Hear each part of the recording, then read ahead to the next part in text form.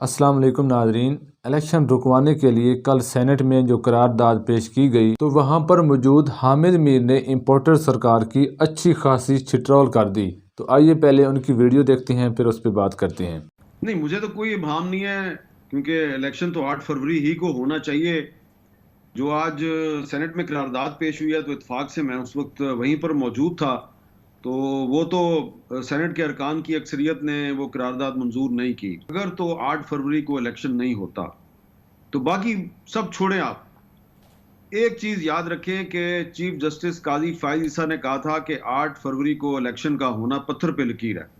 तो अगर ये 8 फरवरी को इलेक्शन नहीं होता ना, तो फिर कल को कौन यकीन करेगा काजी फाइज ईसा साहब की बात पे। ये देखें ना, पाकिस्तान में तो कभी भी कोई इलेक्शन फेयर एंड फ्री नहीं हुआ।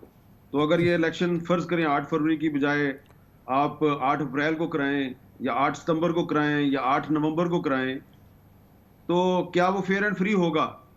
नहीं होगा। कभी भी पाकिस्तान में इलेक्शन फेयर एंड फ्री नहीं हुआ।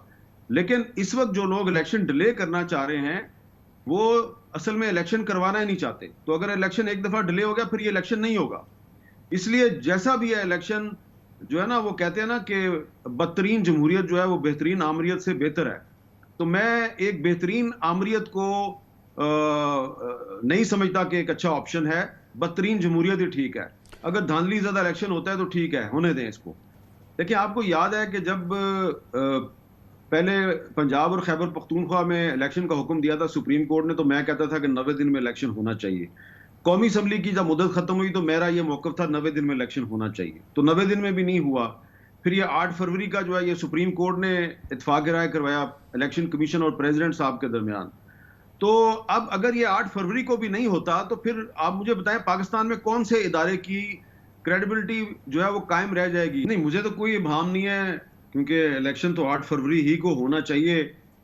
जो आज सेनेट में करारदाद पेश हुई है तो इत्तेफाक से मैं उस वक्त वहीं पर मौजूद था, तो वो तो सेनेट के अरकान की अक्सरियत ने वो करारदाद मंजूर नहीं की। अगर तो 8 फरवरी को इलेक्शन नहीं होता तो बाकी सब छोड़ें आप, एक चीज याद रखें कि चीफ जस्टिस काजी फाइज ईसा ने कहा था कि 8 फरवरी को इलेक्शन का होना पत्थर पे लकीर है। तो अगर ये 8 फरवरी को इलेक्शन नहीं होता ना, तो फिर कल को कौन यकीन करेगा काजी फाइज ईसा साहब की बात पे।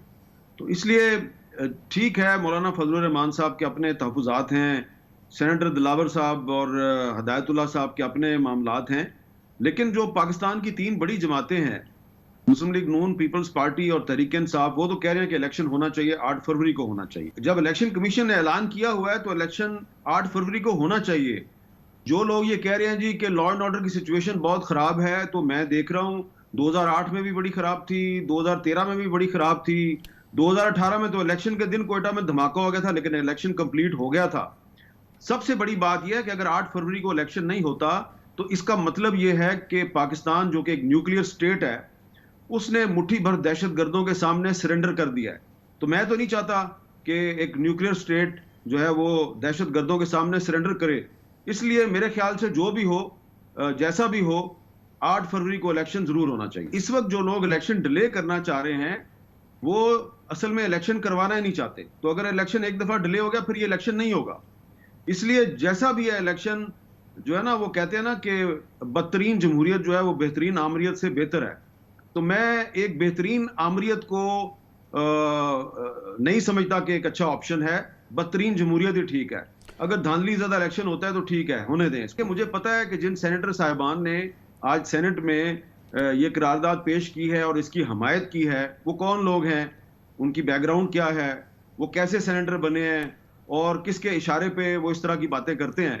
तो जाहिर बात है वो बड़े ताकतवर लोग हैं, तो उनके मुकाबले पे तो मैं यही कह सकता हूं कि भाई जो भी हो 8 फरवरी। नादरीन, खान साहब को मैनेज करने के लिए इंपोर्टेड सरकार ने हर ऊंचा हरबा इस्तेमाल किया। एक लाडले को मुल्क पर मुसल्लत करने के लिए इन्होंने पता नहीं क्या क्या कुछ नहीं किया। खान साहब के साथ पूरी कौम की दुआएं उनके साथ हैं। इंशाअल्लाह पाकिस्तानी कौम 8 फरवरी को बल्ले पे ठप्पा लगाकर इमरान खान को इलेक्शन में कामयाब करेंगे और पाकिस्तान का वजीर आजम बनाएंगे। तो मिलते हैं आपको नेक्स्ट वीडियो में, तब तक के लिए अल्लाह हाफ़िज़।